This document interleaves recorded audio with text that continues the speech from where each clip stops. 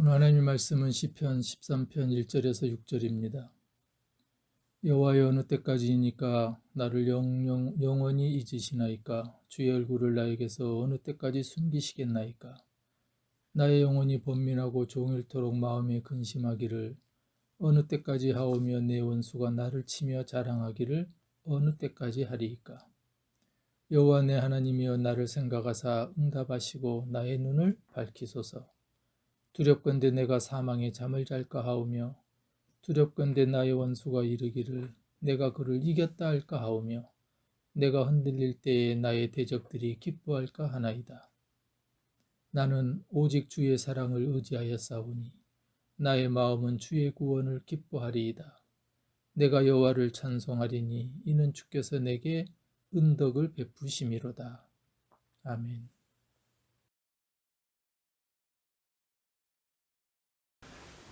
우리 모두는 살아가면서 어려운 때와 이런저런 문제들 그리고 고통스러운 상황을 만납니다. 어쩌면 이런 어려움들은 우리 마음의 소원을 이루기 위해서 갈망하면서 생기는 것일 수도 있고 때로는 우리의 욕심 때문에 생기는 것일 수도 있습니다. 우리는 가족의 어려움이나 경제적으로 힘든 환경을 만날 수도 있습니다. 때로는 세상의 모든 것이 무너진 것 같은 갑작스러운 상실이나 질병의 고통에 직면할 수도 있습니다. 우리가 이처럼 어려운 때를 만날 때 우리는 어떻게 소망을 붙잡고 있는가? 하나님의 말씀은 항상 우리에게 소망을 주며 특별히 시편에는 이처럼 어려운 때 우리에게 소망을 주는 노래들이 많이 있습니다. 그 중에 다윗의 시로 알려진 오늘 본문 시편 13편도 그렇습니다. 어려운 때 소망을 주는 시편의 5개의 시편은 오늘 13편과 또 71편, 121편, 63편, 30편 등입니다. 다윗 왕은 고난에 대해 몇 가지 알고 있었습니다. 가족의 파탄, 또 배신, 아이의 죽임 등 일생 동안 많은 어려움을 겪었던 인물이 다윗입니다. 시편에 기록된 다윗의 시를 통해 우리는 어려운 시기에 소망에 매달리는 그의 놀라운 힘과 결단력을 발견할 수 있습니다. 다윗의 시편은 우리 자신의 감정적이고 믿음의 영적 어려움들을 극복하기 위한 지침들을 충분히 제공해 줍니다. 오늘 시편 13편은 하나님이 우리를 잊으신 것 같을 때 소망을 주는 노래라 할 수 있습니다. 때때로 우리는 기도하고 기다려도 상황이 전혀 달라지지 않을 때 하나님의 응답이 왜 그렇게 오래 걸리시는지 의아해하기도 합니다. 때로는 하나님께서 우리를 무시하고 있는 것 같은 생각을 하기도 합니다. 아니면 하나님께서 어떤 것으로 지금 나를 처벌하고 있는 것처럼 잘못 느끼기도 합니다. 하나님께서 나를 돌보지 않고 계시는 것 아닌가라는 착각도 하기도 합니다. 그러나 진실은 하나님의 사랑이 결코 멈추지 않는다는 사실입니다. 하나님의 자비는 끝이 없기 때문에 그렇습니다. 에레미야가 3장 22절에 이렇게 기록합니다. 주님의 한결같은 사랑이 다함이 없고 그 긍휼이 끝이 없기 때문이다. 주님의 사랑과 긍휼이 아침마다 새롭고 주님의 신실이 큽니다. 때때로 지체하시지만 하나님은 결코 우리를 버리지 않으시는 분입니다. 그분은 신실하심으로 우리는 어떤 상황에서도 주님을 찬양하고 삶에서 그분의 축복을 인식할 수 있습니다. 즉 하나님의 사랑은 결코 멈추지 않는다는 사실입니다. 오늘 시편 13편에서 이 사실을 우리는 살펴보려고 합니다. 오늘 1절과 4절에 보면은 다윗의 4가지의 호소와 2가지의 두려움을 이야기합니다. 주님 언제까지 나를 잊으시렵니까? 언제까지 나를 외면하시렵니까? 언제까지 나의 영혼이 고통을 받으며 괴로워해야 합니까? 언제까지 내 앞에서 의기양양한 원수의 꼴을 보고만 있어야 합니까? 이런 4가지 호소와 함께 다윗은 두려운 2가지 이유를 설명합니다. 내가 죽음의 잠에 빠질까 두렵습니다. 나의 대적들이 기뻐할까 두렵습니다. 오늘 시편 13편의 표제어는 다윗의 시 인도자를 따라 부르는 노래라고 이렇게 되어 있습니다. 우리가 앞에서도 살펴봤지만 인도자를 따라 부르는 노래는 찬양 지휘자 인도를 따라서 노래했다는 의미입니다. 아마도 다윗이 사울 왕에게 쫓겨다닐 때 지은 것으로 추측이 됩니다. 오늘 1절과 2절에 여호와여 어느 때까지이니까 나를 영원히 잊으시나이까 주의 얼굴을 나에게서 어느 때까지 숨기시겠나이까 나의 영혼이 번민하고 종일토록 마음에 근심하기를 어느 때까지 하오며 내 원수가 나를 치며 자랑하기를 어느 때까지 하리이까. 네 가지 호소가 1절과 2절 안에 등장합니다. 호소를 국어사전에서는 이렇게 정의합니다. 억울하고 원통한 사정을 남에게 강한 주장이나 표현으로 하소연하는 것. 즉 다윗은 자신의 억울함과 원통한 사정을 지금 하나님 앞에 강하게 주장하고 하소연하고 있다는 겁니다. 어느 때까지라고 하는 이 단어가 4번 반복되면서 다윗은 그만큼 자신의 처지와 상황이 힘들고 고통스럽다는 것을 표현하고 있습니다. 어느 때까지, 히브리어로 at the end, how long입니다. 첫 번째, 주님 언제까지 나를 잊으시렵니까? 영원히 잊으시렵니까? 여러분, 우리가 기도할 때 여러 상황 중에서 평소에 가장 많이 생각했던 것, 가장 심각한 것을 우리는 먼저 하나님 앞에 기도합니다. 그것은 자신이 먼저 해결돼야 되는 것, 급한 것이 있기 때문에 그렇지요. 그렇다면은 지금 다윗이 가장 먼저 해결하고 싶은 가장 급한 문제는 그걸 하나님 앞에 호소하는 첫 번째 내용입니다. 주님, 언제까지 나를 잊으시렵니까? 잊혀진다는 것은 아는 사람이나 잊히는 사람 모두에게 고통이고 상처가 됩니다. 하나님이 나를 잊었다는 것, 이것은 내 인생에서 내 영혼이 하나님께는 없는 것과 마찬가지입니다. 다윗은 지금 그것이 가장 시급하고 가장 급하고 가장 하나님 앞에 먼저 해결해야 될 문제로 인식했습니다. 주님 언제까지 나를 잊으시렵니까? 다윗은 그렇게 지금 하나님 앞에 호소합니다. 두 번째는 언제까지 나를 외면하시렵니까? 이렇게 호소합니다. 다윗은 하나님께서 자신에게 얼굴을 돌리고 계시는 것처럼 느꼈습니다. 하나님께서 인간을 향하여 얼굴을 보이시는 것은 은혜와 평강을 베푸시는 것을 의미합니다. 그러나 인간을 외면하여 얼굴을 돌리시는 것은 하나님을 섬기지 않고 악행을 저지르는 사람에게 대한 하나님의 징계를 의미하기도 합니다. 구약성경 민수기 6장 25절 이하에 보면 여호와는 그의 얼굴을 내게 비추사 은혜 베푸시기를 원하며 여호와는 그 얼굴을 내게로 향하여 드사 평강 주시기를 원하도나 할지니라. 또 신명기 31장 18절은 이렇게 표현합니다. 또 그들이 돌이켜 다른 신들을 따르는 모든 악행으로 말미암아 내가 그때 반드시 내 얼굴을 숨기리라. 이처럼 하나님께서 인간을 향하여 얼굴을 보이시는 것은 은혜와 평강을 베푸시는 것을 의미하고 얼굴을 돌리시는 것은 하나님의 징계를 의미했던 겁니다. 여기서 이 얼굴이라고 하는 것이 파네미인데요. 성경에 페이스라고 하는 이 단어가 무려 390번 등장합니다. 창세기 19장 21절에도 보면 얼굴을 드사라고 하는 이 흥미로운 단어가 번역되어 있습니다. 하나님의 천사가 롯에게 나타나 롯을 향해서 축복할 때 내가 이 일에도 내 소원을 들었은즉 이렇게 표현합니다. 즉 소원을 들었다 이렇게 얘기합니다. 근데 이걸 직역하면은 내 얼굴을 들었다라는 뜻입니다. 즉 소원을 들었다라는 것은 얼굴을 들었다라고 하는 것으로 표현하고 있습니다. 우리가 사랑하는 자녀를 바라볼 때, 또 자녀가 부모에게 뭔가를 요청했을 때 우리는 그 자녀가 너무 사랑스러워서 부모는 자녀를 지그시 얼굴을 들고 바라봅니다. 성경의 표현이 바로 그렇습니다. 소원을 들었다라고 하는 것은 얼굴을 들었다라고 하는 의미로 그렇게 나타나 있습니다. 즉 얼굴을 들어 소원을 들어주시기를 원하시는 하나님이 우리의 하나님이십니다. 얼굴을 들어 우리의 소원을 듣고자 하십니다. 그렇다면 우리가 하나님의 얼굴을 구하는 것은 마땅한 일이지요. 또 성경에서 하나님의 얼굴을 구한다, 찾는다라고 하는 이 단어는 종종 하나님의 능력을 구한다라는 말과 같은 의미로 사용되어집니다. 시편 105편 5절에 보면은 여호와 그의 능력을 구할지어다, 그의 얼굴을 항상 구할지어다.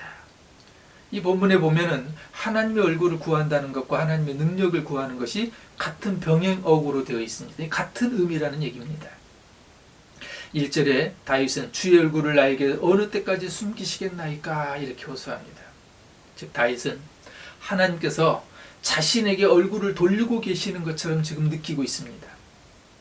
얼굴을 들어서 사랑스러운 모습으로 바라보시는 하나님의 시선이 숨기신 것 같고 하나님의 능력이 오랫동안 떠난 것처럼 지금 다윗은 그렇게 느끼고 있었던 겁니다. 그래서 하나님 앞에 호소하는 겁니다. 하나님, 어느 때까지 얼굴을 내게서 숨기시겠습니까? 세 번째 다윗의 호소는 언제까지 나의 영혼이 아픔을 견뎌야 합니까? 언제까지 고통을 받으며 괴로워해야 합니까? 다윗은 아마도 해결해야 될 일이 너무 많이 쌓여 있었던 것 같습니다. 그러나 다윗은 그 많은 문제들을 어떻게 해결해야 될지 해결할 방법을 찾을 수가 없었습니다. 너무 고통스러워서 오늘 개역개정 성경에 보면은 번민하다, 영혼이 아프다는 얘기입니다. 다윗은 영혼이 아플 정도로 지금 깊은 상처를 받고 있습니다. 상처 입은 사람은 마음에 큰 돌을 품고 살아갑니다. 다윗은 마음에 큰 돌을 안고 또는 등에 큰 짐을 지고 힘든 상황에 처해 있었던 겁니다. 다윗을 짓눌렀던 것은 마음을 터놓고 말할 수 있는 그 한 사람도 없었고 하나님은 멀리 계시는 것처럼만 느껴졌습니다.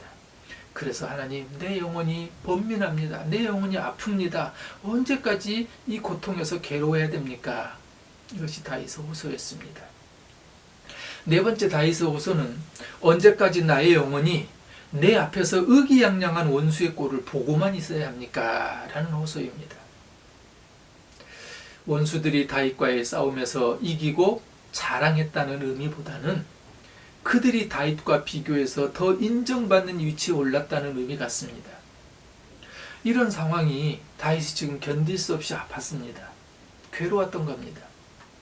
그래서 하나님 앞에 고백하는 거죠. 3절에 여호와 내 하나님이여 나를 생각하사 응답하시고 나의 눈을 밝혀주십시오. 다윗은 믿음의 사람이었습니다. 이런 지금 심각한 짓눌려 있는 고통 가운데서도 다윗이 믿음의 사람이라고 하는 것을 우리가 알 수 있는 것은 이 고통의 순간에도 하나님을 찾는데요. 그 하나님을 어떻게 찾습니까? 내 하나님이여 1인칭으로 고백하며 하나님을 찾고 있다는 사실입니다. 다윗은 언제나 그리고 다윗은 끝까지 나와 함께 하신 하나님만 그리고 그 하나님께만 도움을 구합니다. 여기서 생각하다라고 하는 이 단어는 주목하다, 바라보다는 뜻입니다. 지금 상황이 고통스러울지라도 하나님께서 한 번만 생각해서 바라봐 주시기만 한다면 모든 것이 선하게 변하게 될 것이라는 것을 다윗은 믿었습니다. 그래서 하나님 한 번만 바라봐 주십시오. 내가 지금 짓눌려 있고 고통스럽지만 이런 엄청난 어려움이 있지만 한 번만 주님 바라보시면 나의 하나님 한 번만 나를 바라보시면 이 모든 문제 다 해결될 것 같습니다. 이게 다윗의 믿음입니다. 다윗은 우리의 믿음과 비교할 수 없는 높은 수준의 믿음을 가진 사람이 분명합니다. 그래서 다윗은 나의 눈을 밝혀주십시오 이렇게 호소합니다. 하나님께서는 한 번도 외면한 적이 없으시지만 혹시 내가 영적으로 어두워져서 하나님을 바라보지 못하진 않을까 그것이 걱정되었던 겁니다. 하나님께서 함께하지 않으심보다 하나님께서 함께하심에도 나의 눈이 가려져 있거나 보려고 하지 않기 때문에 하나님을 바라보지 못하는 경우가 훨씬 더 많습니다. 그래서 다윗은 나의 눈을 밝히소서. 자신의 눈을 밝혀주셔서 하나님을 바라볼 수 있도록 영적 눈을 열어달라고 다윗은 기도한 것입니다. 다윗이 이렇게 하나님께 자기를 주목하여 보시고 응답해 주실 뿐만 아니라 자기 눈을 밝혀주시기를 요청하는 이유가 있었습니다. 그것은 두 가지의 두려움 때문이었습니다. 첫째는 내가 죽음의 잠에 빠질까 두렵습니다. 두 번째는 나의 대적들이 기뻐할까 두렵습니다. 3절과 4절에 여호와 내 하나님이여 나를 생각하사 응답하시고 나의 눈을 밝히소서. 두렵건대 내가 사망의 잠을 잘까 하오며 두렵건대 나의 원수가 이르기를 내가 그를 이겼다 할까 하오며 내가 흔들리는 때에 나의 대적들이 기뻐할까 하나이다. 이 다윗은 죽음의 잠에 빠질 것이 두려웠습니다. 여기서 죽음의 잠이라고 하는 것은 영적인 죽음을 의미합니다. 다윗은 지금 겪고 있는 삶의 무게와 고통이 곧 죽을 것만 같은 죽음을 느낄 정도로 무겁고 힘들었습니다. 이런 짓눌린 상태가 계속된다면 믿음은 흔들릴 것이고 하나님과의 관계는 단절될 것이며 하나님이 없는 삶을 사는 것은 결국 영적인 죽음의 상태에 이른다라고 하는 것, 그것을 다윗은 알고 있었기 때문에 그게 두렵다는 겁니다. 하나님과 상관없는, 하나님이 없는 삶에서 하나님이 함께 삶으로 돌이켜 사는 것이 영원한 생명을 얻는 길일 것을 다윗은 알았기 때문입니다. 두 번째 다윗의 두려움은 대적들이 이겼다 하고 기뻐할까, 그것이 두렵다고 말합니다. 다윗의 두려움은 단지 자신이 패배한 것을 의미하지 않습니다. 우리가 잘 아는 사무엘상 17장 45절에 보면 골리앗과 다윗이 싸우러 나갈 때 이렇게 이야기합니다. 다윗이 블레셋 사람에게 이르되 너는 칼과 창과 단창으로 내게 나아오거니와 나는 만군의 여호와 이름 곧 네가 모욕하는 이스라엘 군대 하나님의 이름으로 내게 나아가노라. 다윗은 골리앗이 모욕했던 이스라엘 군대 하나님의 이름으로 나아간 겁니다. 즉 다윗은 하나님의 이름이 모욕당하는 것을 결코 견딜 수 없었습니다. 그래서 다윗은 그것이 두렵다는 겁니다. 대적들이 이겼다 할까? 그래서 그들이 나의 이런 낙심한 모습을 보고 기뻐할까? 그것이 두렵다고 말합니다. 자기 자신이 어려운 일 당하는 것, 고난 당하는 것, 낙심한 것, 그것이 아니라 그것 때문에 하나님의 이름이 업신여김을 당하는 것, 그게 두렵다는 겁니다. 이것이 다윗의 믿음이었습니다. 이렇게 호소하고 두려웠던 다윗이 5절 이하에 보면 놀라운 반전이 일어납니다. 오늘 5절에 보면은 우리 성경에는 생략됐습니다만 그러나라는 단어로 시작합니다. 그러나 나는 오직 주의 사랑을 의지하여 싸우니 나의 마음은 주의 구원을 기뻐하리이다.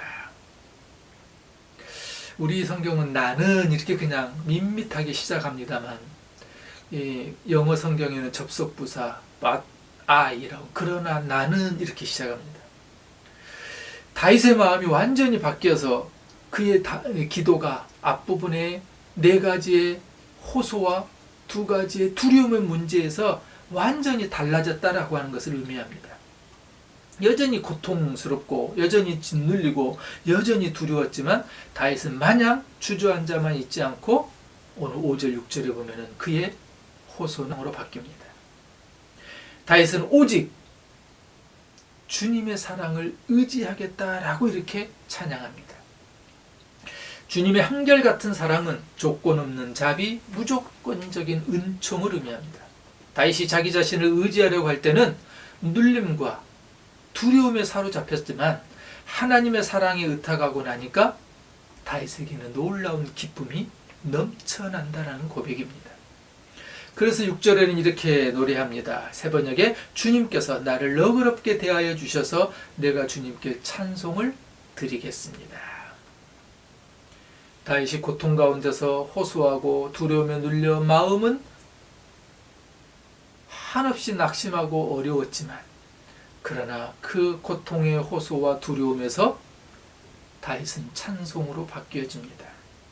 왜냐하면 하나님께서 다윗에게 은덕을, 새 번역에서는 너그럽게 이렇게 번역하는데요, 은덕, 너그러움을 베풀어 주시기 때문이라고 노래합니다. 하나님이 침묵하시는 것처럼 느꼈습니다. 고통 가운데 하나님의 얼굴을 돌리고 계시는 것처럼 느꼈습니다. 오랫동안 기도하고 기다려도 여전히 길이 보이지 않는 것처럼 느껴졌습니다. 우리도 살아가면서 믿음 안에서 그런 경험이 있지 않습니까? 하나님은 나의 문제에 침묵하고 계시는 것 같고 나의 고통의 문제에 하나님은 아무런 간섭하심이 없는 것처럼 느껴질 때가 있지 않습니까? 우리가 오랫동안 기도하고 기다리고 기대했음에도 여전히 앞은 보이지 않고 내일은 열리지 않는 답답함이 있지 않습니까? 주변의 상황이 두렵고 마음이 눌려 두렵지 않습니까?